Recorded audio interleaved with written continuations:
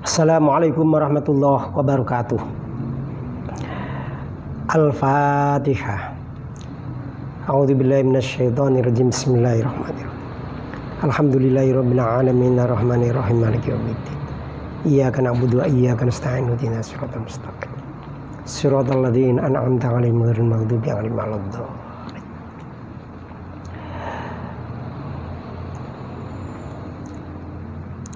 Bismillahirrahmanirrahim.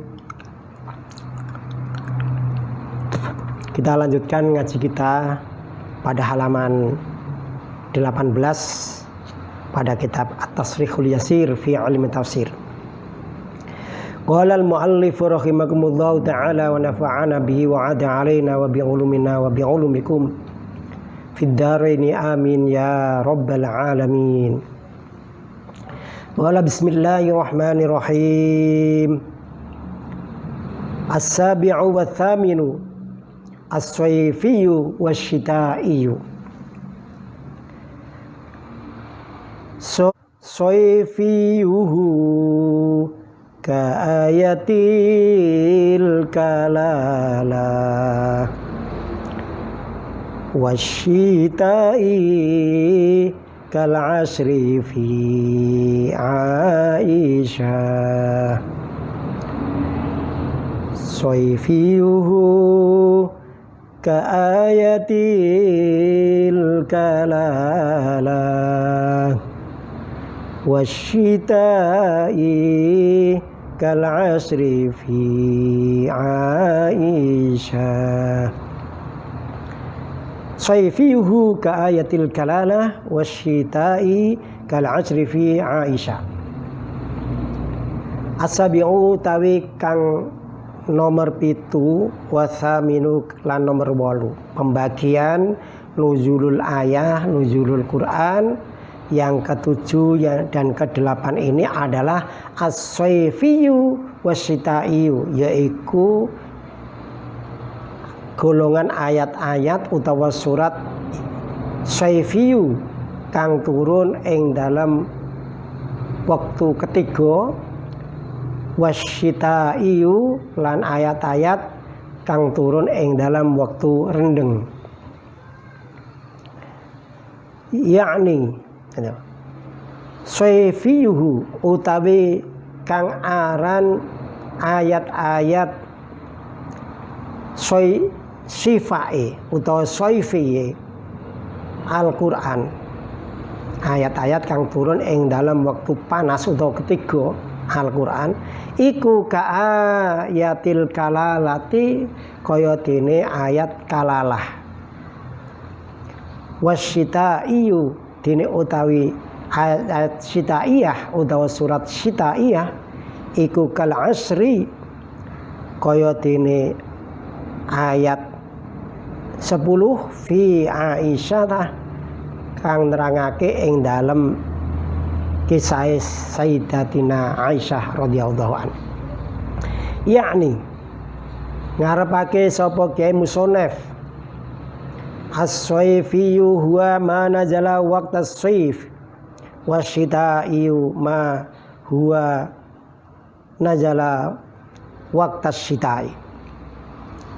As-sayfiyu dene utawi kang aran ayat-ayat utawa surat sayfiyah, ayat ketiga. Fa dari tembung sifa, fa panas. Fa sayfiyah itu berarti sifa panas. Sayf panas. Huwa utawi kang aran sifa atau sayfiyu iku ma ayat utawa surat nazala kang turun utawa nuzila kang den turunake kuna apa ma waqta sayfi ing dalam waktu panas. Sayfa terakhir fa iku panas, itu ketiga. Wasyita'i syita adem berarti rendeng. Wasyita'i dene utawi ayat syita utawa syita'iyah, surat syita'iyah iku huwa ya asyita'i iku ma ayat utawa surat nuzila kang den turunake utawa nazala kang turun apa ma waqta syita'i ing dalam waktu rendeng. Jadi untuk membedakan ayat syita dan ayat sifa itu rendeng dan ketiga itu kalau akhirnya F, syif Saif itu berarti panas ya, ketiga. Sedangkan syita adem berarti rendeng, musim penghujan. As-Saifiyyu dene utawi ayat-ayat saifiyah utawa surat saifiyah iku ka ayatil kalalah kaya dene ayat kalalah itu allati fi akhir suratin nisa'i kang tetep ing dalam akhir surat an-nisa ayat sittin wa sab'ina wa mi'ah ayat 176 ayat terakhir yaitu yang berbunyi wa hiya utawi ayat kalalah iku unine a'udzu billahi minasy syaithanir rajim.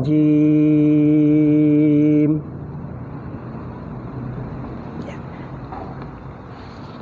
Ini surat An-Nisa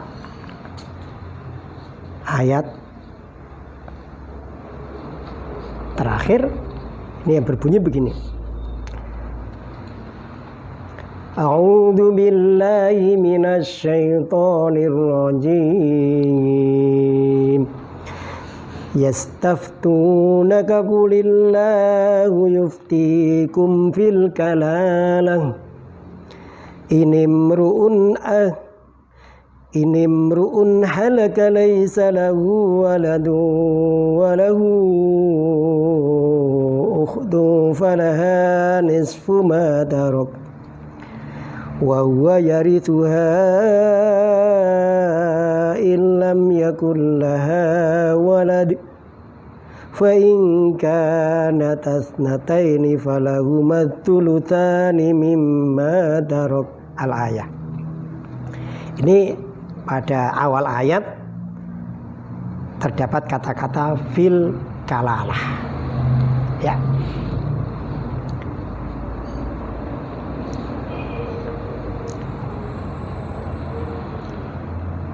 Kemudian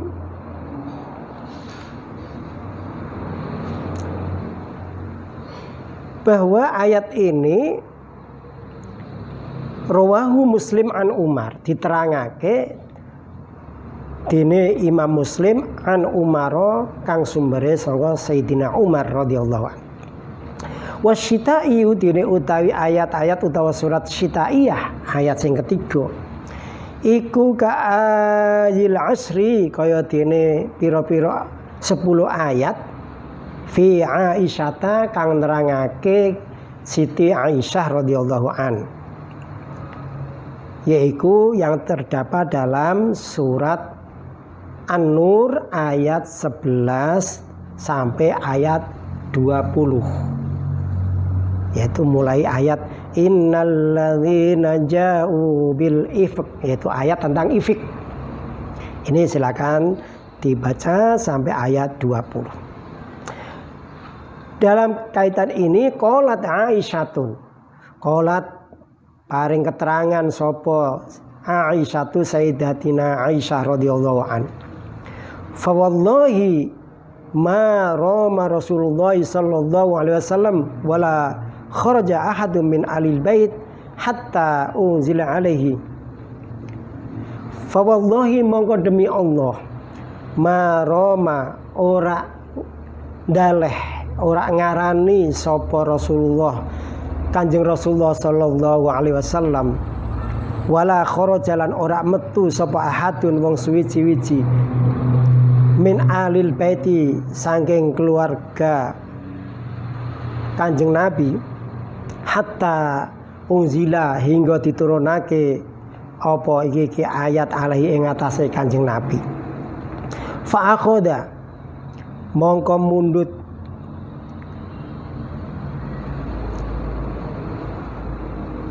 hu ing iki ayat ma ing barang kana kang ana kono apa maya khudu kang ngalap kono sapa Kanjeng Nabi minal barohai saking kepayahan ayil masyaqqatu utawa kesusahan kesulitan.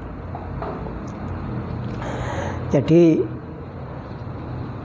ini ayat diturunkan terkait dengan Siti Aisyah.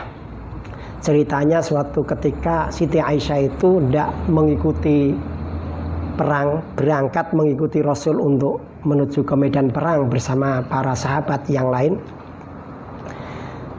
Tetapi suatu ketika berhenti di sebuah persinggahan, ya katakanlah kalau sekarang itu di villa, ya, transit ibaratnya gitu, suatu malam transit. Nah, pada pagi harinya subuh, menjelang subuh itu para sahabat, para pasukan ini sudah semuanya berangkat untuk menuju ke medan perang. Tetapi Siti Aisyah tidak bisa mengikuti berangkat karena ada alasan-alasan sepele sebenarnya, yaitu kalung yang dipakainya itu terputus, di mana kalung itu memiliki basa Jawane ono banduli. Ada bandulnya di sini, ini ada perhiasan yang sangat berharga. Oleh Siti Aisyah ini sangat dikecewakan sehingga Siti Aisyah akhirnya tidak bisa ikut berangkat. Karena kalung tersebut adalah warisan dari nenek Siti Aisyah. Nah,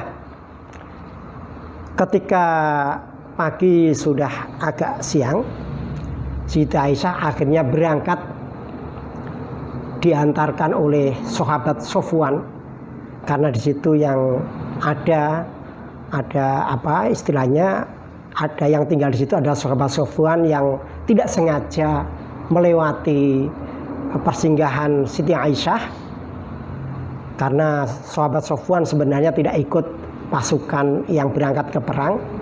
Nah, akhirnya karena diketahui itu adalah Siti Aisyah istri Rasul, maka sahabat Sofwan akhirnya membantu Siti Aisyah, dinaikkan ke unta, kemudian dibawa pulang atau diantarkan pulang ke keluarga Ahlul Bait. Tapi apa yang terjadi? Masyarakat di sekitar Madinah malah justru menyebarkan hoax, menyebarkan berita-berita bohong, yaitu ifkun, seperti yang disebutkan di dalam surat An-Nur ayat 11 itu, ya, yang tadi dikatakan adalah innal ladzina ja'u bil ifk usbah.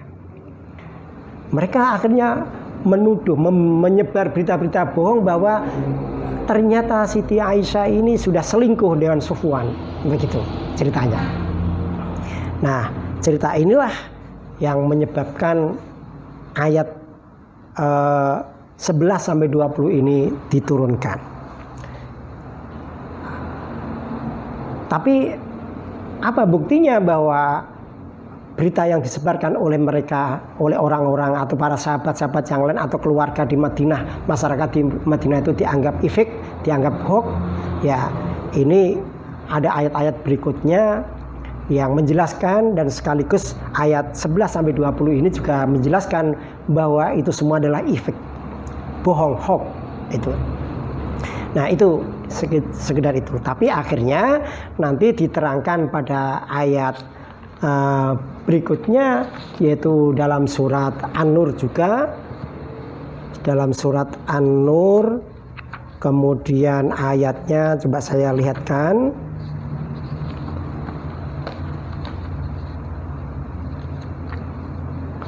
Ya, dalam surat An-Nur ayat